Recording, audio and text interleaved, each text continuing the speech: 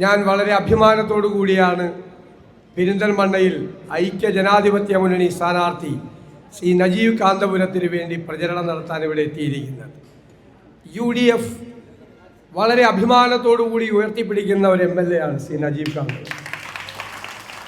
ആദ്യഘട്ടത്തിൽ തന്നെ തൻ്റെ നിയോജക മണ്ഡലത്തിലെ ജനങ്ങളോട് ഇത്രമാത്രം ഒരു കമ്മിറ്റ്മെൻ്റ് കാണിച്ച, അവർക്ക് വേണ്ടി കഠിനാധ്വാനം നടത്തിയ ഒരു MLA കാണാൻ പറ്റില്ല. ഞാൻ ഒരിക്കൽ പറഞ്ഞു, എനിക്ക് തന്നെ ഇയാളോട് അസൂയ തോന്നി. ഞാനൊക്കെ പല ടേം കഴിഞ്ഞപ്പോൾ ചെയ്ത പല കാര്യങ്ങളും ഇദ്ദേഹം ആദ്യത്തെ ടേമിൽ ചെയ്യാണ്. ഇദ്ദേഹം ആ കുട്ടികൾക്ക് പരിശീലനം കൊടുക്കുന്ന അവിടെ ചെന്നപ്പോൾ എനിക്ക് അന്ന് എനിക്ക് വിഷമമായി, അസൂയ. ശരിക്കും സത്യമായിട്ട് ഞാൻ പറഞ്ഞ, എനിക്ക് അസൂയക്കാരനാണ് ഞാൻ ഭയങ്കരമായിട്ട്. അത്ര മനോഹരമായിട്ടാണ് അത്, എത്ര ഭംഗിയായിട്ടാണ്. നമ്മൾ ചിലപ്പോൾ വെറുതെ പേരിന് വേണ്ടി, വാർത്തയ്ക്ക് വേണ്ടി കാര്യങ്ങൾ ചെയ്യും. അതൊന്നുമല്ല, 100% മനസ്സർപ്പിച്ചുകൊണ്ട് നിങ്ങൾക്ക് ഇതുപോലൊരു ജനപ്രതിനിധിയെ വേറെ കിട്ടാനില്ല. അതാണ് എൻ്റെ അഭിപ്രായം. അപ്പോൾ അത് ആദ്യമേ ഞാൻ പറയുന്നു, ഭൂരിപക്ഷം ഈ പെരിന്തൽമണ്ണയുടെ ചരിത്രത്തിലെ റെക്കോർഡ് ഭൂരിപക്ഷമായിരിക്കും. നമ്മുടെ UDF വരികയാണ്. ഇന്ന് നമ്മൾ മാനിഫെസ്റ്റോ അവതരിപ്പിച്ചു രാവിലെ. വെറും മാനിഫെസ്റ്റോ അല്ല, കഴിഞ്ഞ 2 വർഷക്കാലം കഠിനാധ്വാനം നടത്തി ഗവേഷണ തുല്യമായ ഗ്രഹപാഠം ചെയ്ത് തയ്യാറാക്കിയ, ഇന്ത്യയിലെ ചരിത്രത്തിൽ ആദ്യമായി ഒരു പ്രതിപക്ഷം ചെയ്ത ഒരു വളരെ പ്രധാനപ്പെട്ട ഒരു രേഖയാണ് നമ്മുടെ. അതിനകത്ത് നമ്മുടെ പുതുയുഗ യാത്രയുടെ സമാപനത്തിൽ പ്രിയങ്കരനായ രാഹുൽ ഗാന്ധി പ്രഖ്യാപിച്ച 5 ഗ്യാരണ്ടികളുണ്ട്. അല്ല, ആദ്യത്തെ ഗ്യാരണ്ടി എന്താണെന്നറിയാമോ? സ്ത്രീകൾക്ക് KSRTC ബസ്സിൽ സൗജന്യ യാത്ര. UDF സർക്കാർ വരുമ്പോൾ UDF സർക്കാരിൻ്റെ അതിഥികളായി കേരളത്തിലെ സ്ത്രീകൾ KSRTC ബസ്സിൽ യാത്ര ചെയ്യും. രണ്ടാമത്, പെൺകുട്ടികൾക്ക്, കോളേജിൽ പഠിക്കുന്നവർ, അവർക്ക് മാസം 1000 രൂപ ധനസഹായം. നമ്മുടെ കുട്ടികൾ പഠിച്ച് മിടുക്കികളായി നമ്മുടെ നാടിൻ്റെ അഭിമാനങ്ങളായി അവർ മാറട്ടെ. മൂന്നാമത്, ചെറുപ്പക്കാർക്ക്, അവർക്ക് പുതിയ സംരംഭങ്ങൾ തുടങ്ങാൻ 5 ലക്ഷം രൂപയുടെ പലിശരഹിത വായ്പ. ചികിത്സാ ചെലവ് വളരെ കൂടുതലാണ് നമുക്ക്. ആ ചികിത്സാ ചെലവ് 1/3 കുറയ്ക്കാൻ പ്രിയങ്കരനായ ഉമ്മൻചാണ്ടി സാറിൻ്റെ നാമധേയത്തിൽ വലിയൊരു ഇൻഷുറൻസ് പദ്ധതി. പിന്നെ വയോജനങ്ങൾക്കാണ്, അവരെ ചേർത്ത് നിർത്താൻ, അവരെ സംരക്ഷിക്കാൻ നിരവധി പരിപാടികളുമായി പുതിയ വയോജന വകുപ്പ് രൂപീകരിക്കും. പിന്നെ സാമൂഹ്യ സുരക്ഷാ പെൻഷൻ 2000 രൂപയിൽ നിന്ന് 3000 രൂപയാക്കി ഉയർത്തി. സ്വപ്ന പദ്ധതികൾ ധാരാളമുണ്ട്. കോസ്റ്റൽ ഷിപ്പിംഗ്, നമ്മുടെ 600 കിലോമീറ്റർ തീരം, 17 മിനി തുറമുഖങ്ങളും 2 അന്താരാഷ്ട്ര തുറമുഖങ്ങളും നമ്മുടെ കണ്ടെയ്നർ ടെർമിനലും എല്ലാം ഉൾപ്പെടുത്തിയുള്ള കോസ്റ്റൽ ഷിപ്പിംഗ് കേരളത്തെ ഒരു തുറമുഖ നഗരമാക്കി മാറ്റാനുള്ള സ്വപ്ന പദ്ധതി. പിന്നീട് 4 അന്താരാഷ്ട്ര തുറമുഖങ്ങളുള്ള കേരളത്തിൽ അതിനെല്ലാം സംയോജിപ്പിച്ച് 27 വ്യോമയാന പദ്ധതികൾ, പൈലറ്റ് ട്രെയിനിങ് ഇൻസ്റ്റിറ്റ്യൂട്ട് ഉൾപ്പെടെ, ഏവിയേഷൻ ക്രൂവിൻ്റെ ഇൻസ്റ്റിറ്റ്യൂട്ട് ഉൾപ്പെടെയുള്ള പരിപാടികൾ. കേരളത്തിൻ്റെ സമ്പദ് വ്യവസ്ഥയെ നമ്മൾ ചലിപ്പിക്കാൻ പോവുകയാണ്. നമുക്ക് ഗ്ലോബൽ ജോബ് വാച്ച് ടവർ, എന്താണത്? ലോകത്തെ തൊഴിൽ രംഗത്തുണ്ടാകുന്ന മാറ്റങ്ങൾ സൂക്ഷ്മമായി നിരീക്ഷിച്ച് അതിനനുബന്ധമായിട്ടുള്ള പുതിയ കോഴ്സുകൾ കേരളത്തിൽ ആരംഭിക്കും. ഒരു സ്ഥലത്തും പോകേണ്ടി വരില്ല നമ്മുടെ കുട്ടികൾ. അവരത് കഴിഞ്ഞ് പുറത്തിറങ്ങിയാൽ അവർക്ക് ജോലിയാണ്, അല്ലെങ്കിൽ സംരംഭം തുടങ്ങാൻ മാനേജ്മെൻറ്റ് മെൻറ്ററെ കൊടുക്കും, ടെക്നോ മെൻറ്ററെ കൊടുക്കും, റിവോൾവിംഗ് ഫണ്ട് കൊടുക്കും, പലിശ കുറച്ച പൈസ കൊടുക്കും. നമുക്ക് 1 വർഷം 2 വർഷത്തിനുള്ളിൽ 10,000 സംരംഭങ്ങൾ നമുക്ക് കേരളത്തിൽ ആരംഭിക്കാം. ഇവിടെ ഒറ്റ കോൺസ്റ്റുവൻസിയിലാണ് 100 സംരംഭങ്ങളെ ടാർഗറ്റ് ചെയ്തിരിക്കുന്നത്. അതിവിടെ നടക്കും, എനിക്ക് യാതൊരു സംശയമില്ല. അങ്ങനെയുള്ള സ്വപ്ന പദ്ധതികളാണ് നമുക്ക് ധാരാളമായിട്ടുള്ളത്. ഞാനതിൻ്റെ വിശദാംശങ്ങളിലേക്ക് പോകുന്നില്ല. ആ UDFൻ്റെ പ്രകടന പത്രിക നടപ്പാക്കാനുള്ള ഇച്ഛാശക്തിയും നിശ്ചയദാർഢ്യവുമായിട്ടാണ് നമ്മുടെ ടീം UDF വരുന്നത്. ഇവിടെ പറഞ്ഞ 3 കാര്യങ്ങൾ, Perinthalmanna bypass, Perinthalmanna IT park, 100 സംരംഭങ്ങൾ, അത് 3ഉം UDF സർക്കാർ പെരിന്തൽമണ്ണയിൽ നടപ്പാക്കും. ഇതുകൊണ്ടൊന്നും ഈ MLA നിൽക്കില്ലെന്ന് എനിക്കറിയാം. ഇതിപ്പോൾ വെറുതെ പറഞ്ഞാണ്.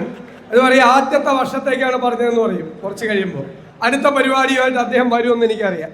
വരണം.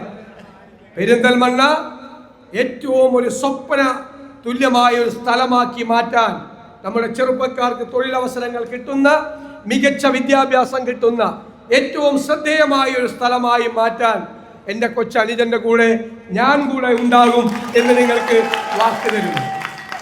ഇവിടെ എന്താ ചർച്ച? ഇപ്പം നമ്മളോട് ചോദിക്കുകയാണ് പിണറായി വിജയൻ. അദ്ദേഹം എന്നെ ഒരു സംവാദത്തിന് വെല്ലുവിളിച്ചു. എനിക്കാണെങ്കിൽ കേട്ട പാതി കേൾക്കാത്ത പാതി. ഞാൻ പറഞ്ഞു എവിടെയാണ് സ്ഥലം പറയുന്നത്, എന്നാണ് പറയുന്നത്, ഞാൻ അവിടെ എത്തിയേക്കാന്ന് പറഞ്ഞു. ഏത് വിഷയം ആയിക്കോട്ടെ എന്ന്. പക്ഷെ എന്നെ സങ്കടപ്പെടുത്തിക്കൊണ്ട് പിറ്റേ ദിവസം അദ്ദേഹം പറഞ്ഞു സംവാദത്തിനില്ല, ഫേസ്ബുക്കിലേ വന്നു സംവാദം. ഫേസ്ബുക്കിലെ സംവാദത്തിനൊരു ഗുണമുണ്ട്. നേരിട്ട് സംവാദം നടത്തിയാൽ നമ്മൾ ചോദിക്കുന്ന ചോദ്യത്തിന് അപ്പോൾ ഉത്തരം പറയേണ്ടി വരും, ഇല്ലേ? ഫേസ്ബുക്കിലെ സംവാദത്തിന് കേൾക്കാത്ത മട്ട് വേറെ കാര്യം പറയാം. അതാണ് ഇപ്പം ചെയ്തുകൊണ്ടിരിക്കുന്നത്. നമ്മൾ പറഞ്ഞു, ഇവർ പറഞ്ഞു ഞങ്ങൾ 5 ലക്ഷം വീടുകൾ ഉണ്ടാക്കി ലൈഫിൽ. അപ്പം നമ്മൾ ചോദിച്ചു എത്ര വർഷം കൊണ്ടാ? 10 വർഷം കൊണ്ട്. അപ്പം ഉമ്മൻചാണ്ടിയുടെ കാലത്ത് UDF ഗവൺമെൻറ് 4,43,000 വീടുണ്ടാക്കി പൂർത്തിയാക്കി. പിന്നെ ഒരു 50,000 വീട് തുടക്കം കുറിച്ചു. ഈ 50,000 കൂടി 5 ലക്ഷത്തിൽ കൂട്ടിയിരുന്നു. അപ്പം യഥാർത്ഥത്തിൽ നമ്മൾ 5 കൊല്ലം കൊണ്ട് 5 ലക്ഷം വീടുകളും അവർ 10 കൊല്ലം കൊണ്ട് 4.5 ലക്ഷം വീടും ഉണ്ടാക്കി. അപ്പൊ പിണറായി വിജയന്റെ ഒരു മറുപടിയാണ്, മുഖ്യമന്ത്രിക്ക് ആരാണ് ഇതൊക്കെ എഴുതി കൊടുക്കണമെന്ന് എനിക്ക് സംശയം. നമ്മുടെ ആരോ ഉണ്ടെന്നോ? പുള്ളി തെറ്റിദ്ധരിപ്പിക്കുകയാണ് കംപ്ലീറ്റ്. പുള്ളി പിറ്റേ ദിവസം പറയുകയാണ് ഉമ്മൻചാണ്ടിയുടെ കാലത്ത് 4,000 വീട് പണിതുള്ളത് ഫേസ്ബുക്കിലാണ്. അപ്പൊ ഞാൻ നേരിട്ട് മറുപടി കൊടുത്തു. പിണറായി വിജയൻ മന്ത്രിസഭയിലെ മന്ത്രിസഭാംഗങ്ങൾ, തദ്ദേശ സ്വയംഭരണ മന്ത്രിയും പട്ടികജാതി മന്ത്രി ഉൾപ്പെടെയുള്ള ആളുകൾ നിയമസഭയിൽ ഞങ്ങൾക്ക് തന്ന ചോദ്യത്തിലെ ഉത്തരം എന്താ? ഉത്തരം ഉമ്മൻചാണ്ടിയുടെ കാലത്ത് 4,000 അല്ല 4,43,000 വീട് പണിതിട്ടുണ്ട്. പിന്നെ പിണറായി വിജയനെ കിട്ടിയിട്ടേ ഇല്ല. പിന്നെ ഇങ്ങനൊരു സംഭവം നടക്കാത്തപ്പോൾ ഒറ്റ പോക്കാണ്. 4,000 വീടേ പണിതിട്ടുള്ളെന്ന് പറഞ്ഞ ആളാണ്. ഇപ്പം കുറച്ച് നാളായിട്ടൊരു പ്രശ്നമുണ്ട്. പറഞ്ഞത് പറഞ്ഞില്ല എന്ന് പറയും. ഇടയ്ക്ക് പറഞ്ഞു ജമാഅത്ത് ഇസ്ലാമിയുമായിട്ട് ഒരു കാലത്തും ബന്ധപ്പെട്ടിട്ടില്ല എന്ന് പറഞ്ഞു. അപ്പം ഞാൻ പിറ്റേ ദിവസം ജമാഅത്ത് ഇസ്ലാമി LDFനെ പിന്തുണച്ചതിനെ സ്വാഗതം ചെയ്തുകൊണ്ട് അദ്ദേഹം പാർട്ടി സെക്രട്ടറി ആയപ്പോൾ പറഞ്ഞ വീഡിയോ ക്ലിപ്പ് ഹാജരാക്കി. അപ്പം പിന്നെ മാറ്റി പറയാൻ പറ്റുമോ? ഒരു ബന്ധമില്ലെന്നാണ്. പിന്നെ ഒരു ദിവസം പറയുകയാണ് RSSുമായി ഒരു കാലത്തും ബന്ധപ്പെട്ടിട്ടില്ല. അപ്പം പിറ്റേ ദിവസം ഞാൻ വേറെ വീഡിയോ ക്ലിപ്പ് ഹാജരാക്കി. പണ്ട് പറഞ്ഞതാ, ചില കാലങ്ങളിൽ RSSുമായി ബന്ധപ്പെട്ടിട്ടുണ്ട്, ഒരുമിച്ച് പ്രവർത്തിച്ചിട്ടുണ്ട്, ചില കാലങ്ങളിൽ പ്രവർത്തിച്ചിട്ടില്ല. അതിനാണ് അവസരവാദം എന്ന് പറയുന്നത്. ആ അവസരവാദത്തിന്റെ വീഡിയോ ക്ലിപ്പ് കാണിച്ചു കൊടുത്തു. മിണ്ടാട്ടമില്ല, മറുപടിയില്ല, ഒന്നിനും മറുപടിയില്ല. പിന്നെ പറഞ്ഞു 2013 ശ്രീ ഗണേഷ് കുമാർ ഉമ്മൻചാണ്ടി മന്ത്രിസഭയിൽ അംഗമായി ഒരു ആരോപണം ഉണ്ടായി. ആരോപണത്തിന്റെ പേരിൽ ഗണേഷ് കുമാറിനെ മന്ത്രിസഭയിൽ നിന്ന് ചവിട്ടി പുറത്താക്കണം എന്ന് പിണറായി വിജയൻ പാർട്ടി സെക്രട്ടറിയാണ്. ഉമ്മൻചാണ്ടി പിന്നെ ചവിട്ടി പുറത്താക്കുമൊന്നുമില്ല, വിളിച്ച് രാജിക്കത്ത് എഴുതി മേടിച്ചു. ഇപ്പം അതിനേക്കാൾ ഗുരുതരമായ ആരോപണം ഗണേഷ് കുമാറിനെതിരെ വന്നു. ഞാൻ പറയില്ല, കുട്ടികളൊക്കെ ഇരിക്കുന്നുണ്ട്, ഞാൻ മുണ്ടില്ല. അപ്പൊ പിണറായി വിജയൻ ഞാൻ നോക്കി പിറ്റേ ദിവസം രാവിലെ ചവിട്ടി പുറത്താക്കുമെന്ന് വിചാരിച്ച് ഞാൻ രാവിലെ എഴുന്നേറ്റപ്പോ പിണറായി വിജയൻ പറയാം അത് കുടുംബ പ്രശ്നമാണ്. അപ്പൊ ഇരട്ട ചങ്കെന്ന് വിളിക്കുന്ന ഇരട്ട താപ്പൻ എന്ന് വിളിക്കണം. ഇരട്ടത്താപ്പല്ലേ ഇത്? ഇരട്ടത്താപ്പ. അപ്പൊ ഈ 2013 ദേശാഭിമാനി CPMന്റെ പത്രം എഴുതിയേക്കുന്ന എഡിറ്റോറിയൽ എന്താ? കടലും നാറും. അപ്പൊ ഞാൻ വായിച്ചു നോക്കിയപ്പോൾ എന്താ എഴുതിയേക്കണെന്നറിയാം? ഇവരെയൊക്കെ ഈ ഗണേഷ് കുമാറിനെയൊക്കെ ചുമന്നുകൊണ്ട് കടലിലിട്ട കടൽ പോലും നാറിപ്പോകും. അപ്പൊ ഇപ്പൊ എവിടെയൊക്കെ നാറുന്നു? ഇതാണ് ഒരു കാലത്ത് ഒന്ന് പറയുക, പിന്നെ വേറൊന്ന് പറയുക. അപ്പോൾ ഞാൻ പറഞ്ഞു 1977 RSSന്റെ പിന്തുണയോടുകൂടി ജയിച്ചു വന്ന ആളല്ലേ? അപ്പം മിണ്ടാട്ടമില്ല, മറുപടിയില്ല. അത് പിണറായി വിജയൻ. എന്നിട്ട് നമുക്ക് മതേതരത്വത്തിന് ക്ലാസ് എടുക്കാൻ വരിക. അപ്പം 1977 മാർച്ച് 4-ാം തീയതിയിലെ ദേശാഭിമാനി പത്രത്തിലൊരു ലേഖനമുണ്ട്. നിങ്ങൾ ഇതൊക്കെ എനിക്ക് എവിടെ നിന്ന് കിട്ടിയെന്ന് ചോദിക്കുന്നു. ഇന്നലെ ഞാൻ വെല്ലുവിളിച്ചു. അവർ പറയട്ടല്ലെന്ന് 1977 മാർച്ച് 4-ാം തീയതിയിലത്തെ ദേശാഭിമാനി പത്രത്തിൽ എഴുതിയേക്കുവാണ്. ഈ BJP വരുന്നതിന് മുമ്പ് ജനസംഘമാണ്, അറിയാലോ. ജനസംഘം വർഗീയ പാർട്ടിയല്ല കേട്ടോ. കാര്യം ദേശാഭിമാനി പത്രത്തിൽ വർഗീയ പാർട്ടി അല്ല, അവർ ന്യൂനപക്ഷ വിരുദ്ധരുമല്ല. അതൊക്കെ ഈ കോൺഗ്രസ്സുകാരും മനഃപൂർവ്വം അവരുടെ തലയിൽ കെട്ടിവെക്കുന്നതാണ്. എന്നിട്ട് ആ ജനസംഘത്തിൻ്റെ RSSന്റെ പിന്തുണയോടുകൂടി ജയിച്ചു. അപ്പം ഇവർക്ക് എന്തു ആകാം ഇവർക്ക്. എന്നിട്ട് പറയാം വികസനത്തെക്കുറിച്ച് ചർച്ച ചെയ്യുന്നില്ല. അതാണ് അടുത്ത ഡയലോഗ്. ഞാൻ പറഞ്ഞു നമുക്ക് ചർച്ചയാകാം. നിങ്ങൾ എന്താ ചെയ്തത്? വിഴിഞ്ഞം തുറമുഖം ഞങ്ങൾ കൊണ്ടുവന്നു. വിഴിഞ്ഞം തുറമുഖം ആരാ കൊണ്ടുവന്നത്? ഉമ്മൻചാണ്ടി സർക്കാർ അല്ലേ? ഉമ്മൻചാണ്ടി സാറിന് അതിന് തറക്കല്ലിട്ട് സ്ഥലമൊക്കെ എറിയത് പണി തുടങ്ങി. അന്ന് ഈ പിണറായി വിജയൻ പാർട്ടി സെക്രട്ടറി എന്താ പറഞ്ഞത്? അയ്യോ, ഇത് 6000 കോടി രൂപയുടെ റിയൽ എസ്റ്റേറ്റ് തട്ടിപ്പാണ്. അപ്പൊ ദേശാഭിമാനി പത്രത്തിന്റെ ഫ്രണ്ട് പേജ് കടൽ കൊള്ള. ഇപ്പൊ അത് പൂർത്തിയാക്കി. അപ്പൊ ഇത് 6000 കോടി രൂപയുടെ റിയൽ എസ്റ്റേറ്റ് ആണെന്ന് പറഞ്ഞ ആള് പിണറായി വിജയൻ പറയും ഞാൻ വിഴിഞ്ഞം തുറമുഖം കൊണ്ടുവന്നു. 8 കാലി മമ്മൂഞ്ഞ് ഇതിനേക്കാൾ ഭേദമായിരുന്നു. 8 കാലി മമ്മൂഞ്ഞ് വൈക്കം മുഹമ്മദ് ബഷീറിന്റെ ഒരു കഥാപാത്രമുണ്ട്. പുള്ളി എന്ത് പറഞ്ഞാലും അപ്പൊ അതിന്റെ പിതൃത്വം ഏറ്റെടുക്കും. അപ്പോൾ ഒരു ദിവസം ഒരു സുപ്രഭാതത്തിൽ ഒരു വാർത്ത വന്നു, മനക്കലെ പാറക്കുട്ടി പ്രസവിച്ചെന്നു. ഉടനെ തന്നെ മമ്മൂഞ്ഞ് പറഞ്ഞു അന്ന് അതിൻ്റെ തന്ന ഞാനാണെന്ന്. പക്ഷേ മമ്മൂഞ്ഞിന് അറിയില്ലായിരുന്നു മനക്കലെ പാറക്കുട്ടി എന്ന് പറയുന്നത് ഒരു പിടിയാനയാണെന്ന്. പിടിയാന ആനക്കുട്ടിയാണ് പ്രസവിച്ചത്. 8 കാലി മമ്മൂഞ്ഞിന് പറ്റിയതുപോലെ കയറി ക്ലെയിം ചെയ്യാൻ. പിന്നെ പറയാൻ GAIL pipeline, gas pipeline ഞങ്ങൾ പൂർത്തിയാക്കി.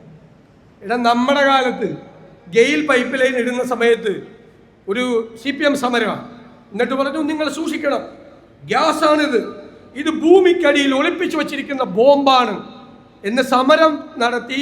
സമരത്തിൽ പ്രസംഗിച്ച നേതാവ് ഇപ്പം ഈ മന്ത്രിസഭയിലെ വ്യവസായ മന്ത്രിയാണ്, P. രാജീവ്. ഭൂമിക്കടിയിൽ ഒളിപ്പിച്ചു വെച്ച ബോംബാണെന്ന് നമ്മുടെ കാലത്തെ. ഇപ്പൊ പറയാം അത് ഞങ്ങൾ പൂർത്തിയാക്കിയ. ഇങ്ങനെ നുണ പറയാൻ ഒരു മടിയില്ലാത്ത കാര്യങ്ങൾ മറന്നു പോകുന്ന എന്ത് കാര്യമുണ്ടെങ്കിലും ഞങ്ങൾ തെളിവുകൾ സഹിതം പറയുള്ളൂ, തെളിവുകൾ സഹിതം. അപ്പം ഇട്ടിട്ട് ഓടും, കണ്ടം വഴി ഓടിക്കൊണ്ടിരിക്കുകയാണ്. ഇപ്പോൾ ഓടുന്ന വഴിയിൽ പുല്ല് പോലും മുളയ്ക്കാത്ത രീതിയില്ല. ഏത് വിഷയവും ചർച്ച ചെയ്യാൻ ഞങ്ങൾ തയ്യാറാ. ശബരിമല ചർച്ച ചെയ്യട്ടെ. അയ്യപ്പൻ്റെ സ്വർണ്ണം അടിച്ചു മാറ്റിയ പാർട്ടീസാണ്, വെറുതെ അല്ല. ആ ദ്വാരപാലക ശില്പം കൊണ്ടുപോയൊരു കോടീശ്വരന് വിറ്റിട്ട് കള്ളന്മാര് അതിൻ്റെ വ്യാജ മോൾഡ് ഉണ്ടാക്കി വേറെ ചെമ്പില്. ഇപ്പം എൻ്റെ നാട്ടുകാരനാണ് നമ്മുടെ സലീം കുമാർ, നടൻ സലീം കുമാർ പറഞ്ഞു പണ്ട് പൊട്ടാസ്യം സൈനൈഡ് വേണമായിരുന്നു ഈ സ്വർണവും ചെമ്പും വേർതിരിച്ചെടുക്കാൻ, ഒരു കെമിക്കലാണ്. ഇപ്പൊ വേണ്ട, സഖാക്കളുടെ കയ്യിലേക്ക് കൊടുത്താൽ മതി, അപ്പം തന്നെ ചെമ്പ് സ്വർണം വേർതിരിച്ചു. പക്ഷേ അന്ന പോലത്തെ സ്വർണ്ണക്കള്ളന്മാർ. എന്നിട്ട് വലിയ 3 നേതാക്കന്മാർ ജയിലിൽ കിടന്നു. ഒരുത്തിനെതിരെ അച്ചടക്ക നടപടിയുണ്ട്. CPM അല്ലേ? അയ്യപ്പന്റെ സ്വർണം കവർന്നതിന് ജയിലിൽ കിടന്ന സഖാവ് ഇപ്പോഴും ജില്ലാ കമ്മിറ്റി അംഗവും സംസ്ഥാന നേതാവും ഒക്കെയാണ്. നടപടിയെടുക്കൂല. നടപടിയെടുത്ത അവന്മാർ പറയും, ഇപ്പോഴുള്ള മന്ത്രിമാരുടെ പേരും കൂടി പറയും. അത് പേടിച്ചിട്ടാണ് നടപടിയെടുക്കാത്തത്. സ്വർണ്ണക്കൊള്ളക്കാർ. പിന്നെ രക്തസാക്ഷി ഫണ്ട് പറയണ്ടല്ലോ. പയ്യന്നൂരിലെ രക്തസാക്ഷി ഫണ്ട്, അഭിമന്യുവിൻ്റെ രക്തസാക്ഷി ഫണ്ട്, പിന്നെ വിഷ്ണുവിൻ്റെ രക്തസാക്ഷി ഫണ്ട്. രക്തസാക്ഷികൾ ഉണ്ടായപ്പോൾ സന്തോഷമാണ്. എന്നിട്ട് അവരുടെ പേരിൽ ഫണ്ട് പിരിച്ച് അടിച്ചു മാറ്റും. എന്നിട്ട് അത് ചോദ്യം ചെയ്യണവനെ പുറത്താക്കും. അത് അടിച്ചു മാറ്റിയവന് പ്രമോഷൻ കൊടുക്കും. എന്തൊരു പാർട്ടിയാണ്! രക്തസാക്ഷികളുടെ കുടുംബങ്ങൾ പോലും വെറുക്കുന്ന പാർട്ടിയാണ് CPM. നമ്മൾ ഇവരെവിടെയെല്ലാം പരാജയപ്പെട്ടോ അവിടെയെല്ലാം നമ്മൾ നമ്മുടെ കേരളത്തെ കൈപിടിച്ചുയർത്തും. നമ്മുടെ കുഞ്ഞുങ്ങൾക്ക്, അവരുടെ കുഞ്ഞുങ്ങൾക്ക് സമാധാനത്തോടെ ജീവിക്കാൻ പറ്റുന്ന ഒരു കേരളം, നല്ല വിദ്യാഭ്യാസം ലഭിക്കുന്ന, നല്ല തൊഴിൽ ലഭിക്കുന്ന, നല്ല സംരംഭങ്ങൾ തുടങ്ങാൻ കഴിയുന്ന ഒരു പുതിയ കേരളം. അതാണ് ടീം UDFന്റെ വാഗ്ദാനം. അതുണ്ടാകണം, അതായിരിക്കണം. അതിനുവേണ്ടി ഉള്ള വലിയ ഈ പോരാട്ടത്തിൽ 100-ലധികം സീറ്റുമായി കേരളത്തിൽ ടീം UDF അധികാരത്തിലേക്ക് തിരിച്ചു വരുമ്പോൾ, ഞാൻ പറഞ്ഞിട്ടുള്ളത് എൻ്റെ ജില്ലയായ എറണാകുളം ജില്ല 14-ൽ 14 സീറ്റും മേടിക്കുന്നു. അപ്പോൾ കുഞ്ഞാലുട്ടി സാഹിബ് നന്നാ നമുക്ക് നോക്കാം. ഞങ്ങളുടെ ജില്ലയായ മലപ്പുറത്ത് 16-ൽ 16 മേടിക്കുന്നു. ഞങ്ങളുടെ 2 പേരുടെയും ജില്ലയിൽ നിന്ന് കൂടി 30 സീറ്റ് UDFിലുണ്ടാവണം. അതാണ്. അപ്പോൾ അത് വാശിയോടുകൂടി MLA അവസാനം സംസാരിച്ചതുപോലെ കഠിനാധ്വാനം ചെയ്യും. റെക്കോർഡ് ഭൂരിപക്ഷം, പെരിന്തൽമണ്ണയിൽ റെക്കോർഡ് ഭൂരിപക്ഷം ഞാൻ എന്നിട്ട് ഒരു വരവും കൂടി ഉണ്ട് ഇങ്ങോട്ട്. ആ റെക്കോർഡ് ഭൂരിപക്ഷത്തിന് MLA അഭിനന്ദിക്കുക. അതിനുള്ള അവസരം കൂടി ഉണ്ടാക്കി തരണം എന്ന് വിനയപൂർവ്വം അഭ്യർത്ഥിച്ചുകൊണ്ട്